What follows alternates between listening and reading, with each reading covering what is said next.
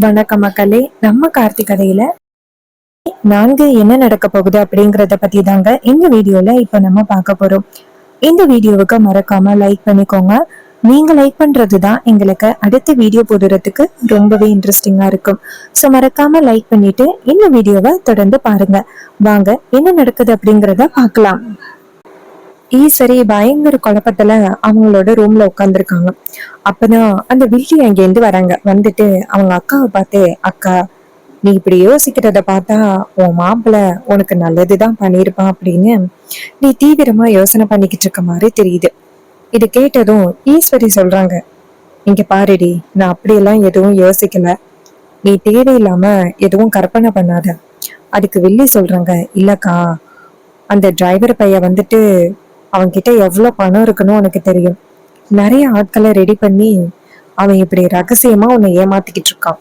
ஆனா இது எதுவுமே உனக்கு தெரியாம நீ எல்லாத்தையுமே இப்படி நம்பிக்கிட்டு இருக்க. இங்க பாருக்கா, அவன் உன்னை திட்டம் போட்டு ஏமாத்துறான். தயவு செஞ்சு அவன் சொல்றது எதையுமே நீ நம்பாத. அதான் உனக்கு நல்லது. வீட்டுல எல்லாருமே அவன் பக்கமா இருக்காங்க. ஏற்கனவே எல்லாரையுமே அவன் அவன் பக்கம் இழுத்துக்கிட்டான். இப்ப உன்னையும் எப்படியாவது அவன் பக்கம் இழுத்துக்கணும் அப்படிங்கிறதுக்காக இப்படி பண்ணிக்கிட்டு இருக்கான். இங்க பாரு, அது எல்லாமே அவனோட ஏற்பாடுதான். நீ நம்பாதக்கா அப்படின்னு சொல்ல ஈஸ்வரி சொல்றாங்க, சரிடி, நான் நம்பல. ஆனா நான் அவ்வளவு பெரிய ஆபத்துல இருக்கும் பொழுது என்னை எப்படியாவது காப்பாத்தணும் அப்படின்னு நீ ஏன்டி முயற்சி பண்ணல? நீ பாட்டுக்கும் வேடிக்கை பார்த்துக்கிட்டு இருந்தியே, ஏன் அப்படின்னு சொல்லி கேட்க இது கேட்டதும் வில்லி செம்ம ஷாக் ஆகுறாங்க. அப்ப வில்லி சொல்றாங்க, என்னக்கா இப்படி சொல்ற? உன்னை எப்படியாவது அந்த பிரச்சனையில இருந்து காப்பாத்தணும் அப்படின்னு நான் எவ்வளவு கஷ்டப்பட்டேன் தெரியுமா? ஆனா என்ன பண்றது, என்னால ஒரு வகையிலுமே உதவி பண்ண முடியலக்கா. நானும் எப்படியாவது அவனுங்களை கண்டுபிடிக்கலாம் அப்படின்னு முயற்சி பண்ணேன். ஆனா அந்த டிரைவர் பையதான் நம்ம நினைச்சதை விட சரியான யமகதகனாச்சே. ஈஸியா எல்லாத்தையும் அவன் பர்ஃபெக்ட் பிளானா பண்ணிட்டான். என்னால எதுவுமே பண்ண முடியலக்கா. இது கேட்டதும் ஈஸ்வரி சொல்றாங்க, இங்க பாருடி, நான் அதை பத்தியெல்லாம் எதுவும் கேட்க விரும்பல. சரி நீ கிளம்பு அப்படின்னு சொன்னதும் வில்லி நினைக்கிறாங்க, ஆஹா என்னடா இது, அக்கா நம்ம மேல இப்ப சந்தேகப்பட ஆரம்பிச்சிட்டாளே. இவ சந்தேகப்படுறது நமக்கு நல்லது இல்லையே. இவ சந்தேகப்பட்டா அதுக்கப்புறம் அந்த டிரைவர் பையல நம்ப ஆரம்பிச்சிருவா. நம்ம என்ன சொன்னாலும் நம்பவே மாட்டா. இப்ப நம்ம என்ன பண்றது? அக்கா காரிய நம்ம பக்கம் இழுக்கணுமே அப்படின்னு வில்லிக்கு பயங்கர யோசனையா இருக்கு. சோ இதுக்கப்புறமும் நம்ம ஏதாவது பேசினா அக்கா நம்ம மேல சந்தேகப்படுறதுக்கு நிறையவே வாய்ப்புகள் இருக்கு. சோ நம்ம இப்போதைக்கு எதுவும் பேச வேணாம் அப்படின்னு வில்லி என்ன பண்றாங்கன்னா, சரிக்கா, நீ குழப்பத்துல இருக்க, நான் போறேன்க்கா அப்படின்ட்டு வெளியில போறாங்க. அவங்க போனதும் ஈஸ்வரி நினைக்கிறாங்க, எல்லாரும் சொல்றது சரிதான். நான் அவ்வளவு பெரிய பிரச்சனையில இருக்கும் பொழுது என் தங்கச்சி நினைச்சிருந்தா என்ன அந்த பிரச்சனையிலேருந்து அவ காப்பாத்திருக்கலாம். அதை விட்டுட்டு அவ என்னை எந்த பிரச்சனையில இருந்தும் காப்பாத்தாம வேடிக்கை தான் பார்த்தான்.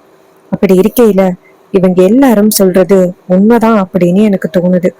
ஒருவேளை அந்த சிவனாண்டி எல்லாரு கூடயும் சேர்ந்துக்கிட்டு இவ இப்படி ஒரு காரியத்தை பண்ணிருப்பாளோ அப்படின்னு நம்ம ஈஸ்வரிக்கு சந்தேகம் வர ஆரம்பிக்குது. வில்லி நேரா மாடிக்கு போயிட்டு பயங்கர குழப்பத்துல இருக்கிறாங்க. ஐயோ, அக்கா காரிக்கு இப்ப நம்ம மேல ரொம்ப பெரிய சந்தேகம் வந்துருச்சு. நம்ம என்ன சொன்னாலும் அவன் நம்புறதுக்கு வாய்ப்பே இல்லை போலயே. இந்த பெரிய விஷயம் நமக்கு ரொம்ப பெரிய பிரச்சனையா அமைஞ்சிருச்சு. சரி, இந்த விஷயத்த பத்தி நம்ம அவர்கிட்ட சொல்லுவோம் அப்படின்னு நேரா அவங்க ஹஸ்பண்டுக்கு போன் அடிக்கிறாங்க. அவரு போன் அட்டன் பண்ணி, சொல்லுமா சந்திரா. அப்ப வில்லி சொல்றாங்க, என்னங்க, அக்கா முன்ன மாதிரி இல்ல. இன்னைக்கு நடந்த சம்பவம் அவ மனச மாத்திரமோ அப்படின்னு தோணுது. அந்த டிரைவர் பையல எப்பவும் திட்டுறவ இந்த வாட்டி எதுவுமே பேசவே இல்ல. அவ பாட்டுக்கும் அமைதியா இருக்கிறா. அவ அமைதியா இருக்கிறத பார்த்துட்டா எனக்கு ரொம்ப சந்தேகமா இருக்குங்க. ஒருவேளை அந்த டிரைவர் பையல அவ மருமகனா ஏத்துப்பாளோ அப்படின்னு தோணுது. இப்போ என்னக்கா பண்றது அப்படின்னு சொல்லி கேட்க இதை கேட்டதும் ஈஸ்வரி சொல்றாங்க, இங்க பாரு. இதை கேட்டதும் வில்லன் சொல்றாரு, இங்க பாரு, கொஞ்சம் அமைதியா இரு. என்னதான் இருந்தாலும் அந்த டிரைவர் பையன் மேல உள்ள கோவம் உன் அக்கா கறிக்கு குறையாது. நீ ஏதாவது சொல்லி ரெண்டு பேருக்கும் பிரச்சனையை உண்டாக்கி நீ அதை முதல்ல பண்றதுக்கான வழிய பாரு அப்படின்னு சொன்னதும் உடனே அந்த வில்லியும், சரிங்க, நான் முயற்சி பண்றேன். இப்ப கூட அக்கா காரிக்கிட்ட அந்த டிரைவரை பையில பத்தி தப்பா தான் சொல்லிக்கிட்டு இருந்தேன். ஆனா அவ என்கிட்ட கேக்குறா, நீ ஏன் எனக்கு ஹெல்ப் பண்றதுக்கு முயற்சி பண்ணல? நீ நினைச்சிருந்தா எனக்கு உதவி பண்ணிருக்கலாம்ல, ஏன் நீ வேடிக்கை பார்த்த அப்படின்னு சொல்லி அவ என்கிட்ட கேக்குறா. எனக்கு எந்த பதிலுமே சொல்ல முடியல தெரியுமா? அப்படியே அமைதி ஆயிட்டேன். இப்போ எனக்கு என்ன பண்றதுன்னே ஒன்னும் புரியலங்க. அக்கா காரி கொஞ்சம் கொஞ்சமா மாறிக்கிட்டு இருக்காளே. அந்த சேதுபதி குடும்பத்தோட மட்டும் இவ சேர்ந்துட்டான்னு வச்சுக்கிடுங்களேன், அதுக்கப்புறம் இவளை பழிவாங்கணும் அப்படின்னு நம்ம கனவுல கூட நினைச்சு பார்க்க வேண்டிய அவசியமே இல்லை.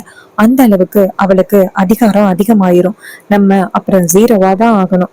இப்ப என்னங்க பண்றது அப்படின்னு சொன்னதும் அதுக்கு அவர் சொல்றாரு, நீ கவலைப்படாத, பாத்துக்கலாம்.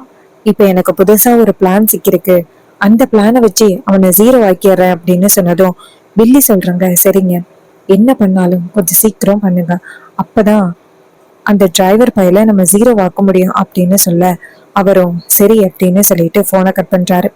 அதுக்கப்புறம் வில்லிய ஈஸ்வரிய காமிக்கிறாங்க. ஈஸ்வரி அவங்களோட ரூம்ல வந்துட்டு பயங்கர குழப்பத்துல இருக்காங்க. உண்மையாவே என் தங்கச்சி நினைச்சிருந்தா எனக்கு உதவி பண்ணிருக்க முடியும். ஆனா அந்த நேரத்துல அவ எனக்கு உதவி பண்ணாம இந்த சொத்து எல்லாம் போனா போகுது அப்படின்னு ஒரு நிலைமையில என் கூட இறங்கிட்டான். ஒருவேளை இவங்க எல்லாரும் சொல்ற மாதிரி அந்த சிவனாண்டி காளியம்மா கூட சேர்ந்துக்கிட்டு இவ இப்படி பண்றாளோ அப்படின்னு ஈஸ்வரிக்கு சந்தேகம் வர ஆரம்பிச்சிருது. இன்னொரு பக்கம் நம்ம ஹீரோ மாடியில நிக்கிறாரு. அப்ப வில்லி அங்கேருந்து ஹீரோவை பாக்குறாங்க.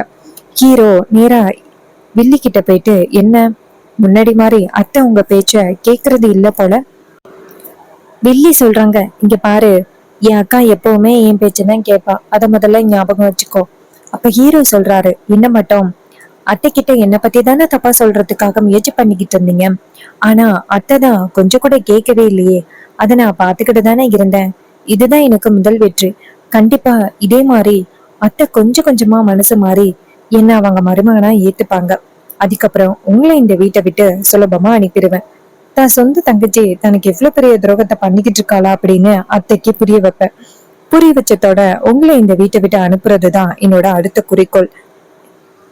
இது கேட்டதும் வில்லி சொல்றாங்க, இங்க பாரு, உன்னால முடிஞ்சதை பாரு, கண்டிப்பா நான் இந்த வீட்டை விட்டு போக மாட்டேன். அக்கா காரி இன்னைக்குமே என்ன தப்பா நினைக்க மாட்டா. அப்ப ஹீரோ சொல்றாரு, அதையும் பார்க்கலாமே அப்படின்னு சொல்லிட்டு ஹீரோ பேசுறாங்க. இன்னொரு பக்கம் ஈஸ்வரிக்கு வந்துட்டு சந்தேகம் அதிகமாயிருது. சரி, இந்த விஷயத்த பத்தி நம்ம தெரிஞ்ச ஒருத்தவங்க கிட்ட கேட்கலாம் அப்படின்னு நேரா தீபவதிக்கு போன் பண்றாங்க, உளவாளிக்கு. அவங்க போன் அட்டன் பண்ணி, சொல்லுங்க மேடம் அப்படின்னு சொல்ல, அப்ப ஈஸ்வரி சொல்றாங்க, இது மாதிரி உங்ககிட்ட ரொம்ப நாளைக்கு முன்னாடி ஒரு வேலையை ஒப்படைச்சிருந்தேன்னு. அதுக்கு தீபவதி சொல்றாங்க, ஆமா மேடம், பட் உங்களுக்கு அவரை பத்தின விஷயம் தெரிஞ்சு போச்சு அப்படின்னு நான் தெரிஞ்சுக்கிட்டேன். சோ இதுக்கப்புறமா உங்களுக்கு உண்மை தெரிஞ்சு என்ன ஆக போகுது, அதுக்காக தான் நான் அமைதியா இருந்துட்டேன். இது கேட்டதும் ஈஸ்வரி சொல்றாங்க, சரி, எனக்கு இன்னொரு விஷயம் தெரியணும். என் தங்கச்சி வந்துட்டு அவ புருஷன் பேர் வந்து சிவனாண்டி. எல்லாரும் என்ன சொல்றாங்க அப்படின்னா, இன்னும் என் தங்கச்சி அவ புருஷன் கூட தொடர்புல இருக்கா அப்படின்னு எல்லாரும் சொல்றாங்க. பட் எனக்கு என் தங்கச்சி மேல நம்பிக்கை இருக்கு. அவங்க எல்லாருக்கும் நான் ப்ரூவ் பண்ணணும் என் தங்கச்சி அப்படிப்பட்டவ இல்லை அப்படின்னு. அதுக்காக தான் நான் உங்ககிட்ட உதவி கேட்கிறேன். எனக்கு அந்த உண்மையை மட்டும் கண்பொறிச்சு கொடுக்குறீங்களா? இது கேட்டதும் தீபவதி சொல்றாங்க, சரிங்க மேடம், நாளைக்கு காலையில உங்களுக்கு அதற்கான ஆதாரம் இருக்கும். இது கேட்டதும் ஈஸ்வரியும் சரி அப்படின்னு சொல்லிட்டு போனை கட் பண்றாங்க.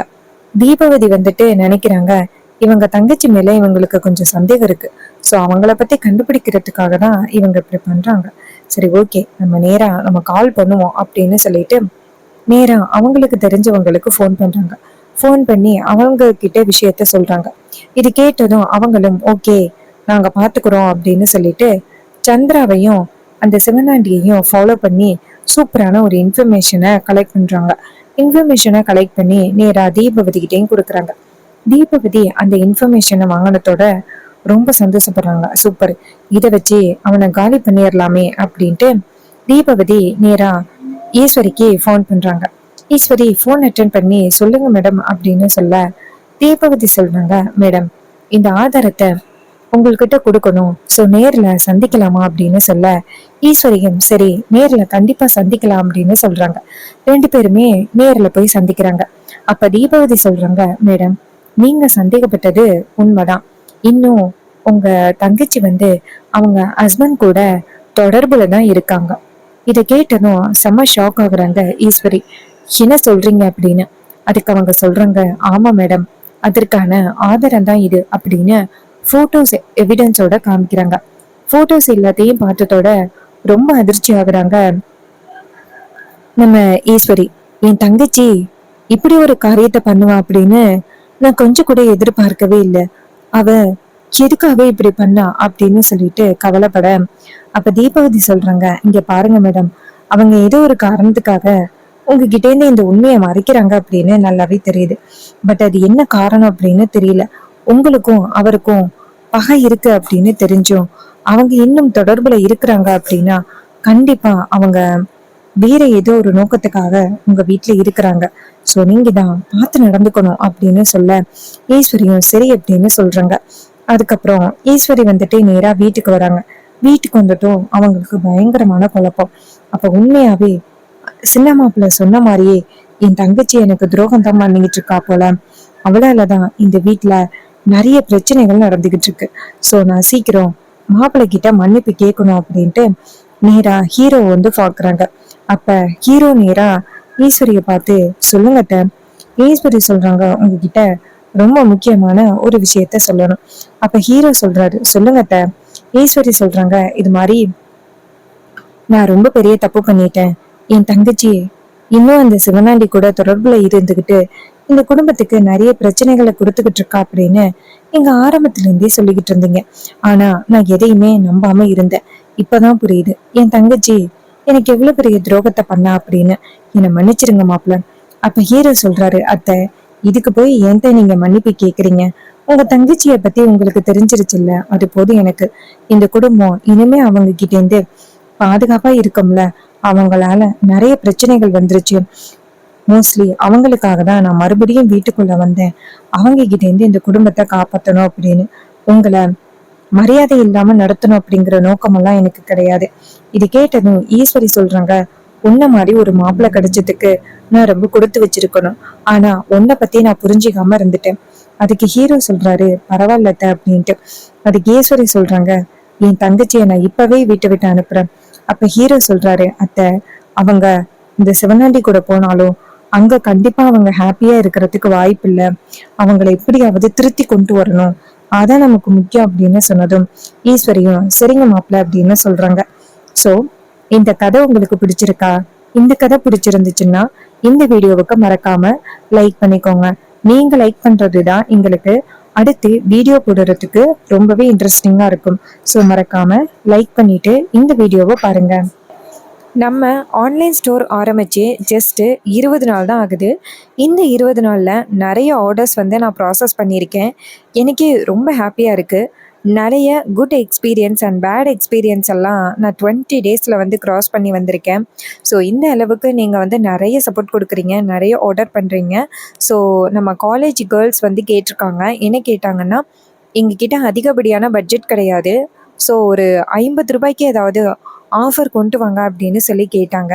ஸோ அவங்க கேட்ட மாதிரியே 50 ரூபாய்க்கு ஆஃபர் கொண்டு வந்திருக்கோம்.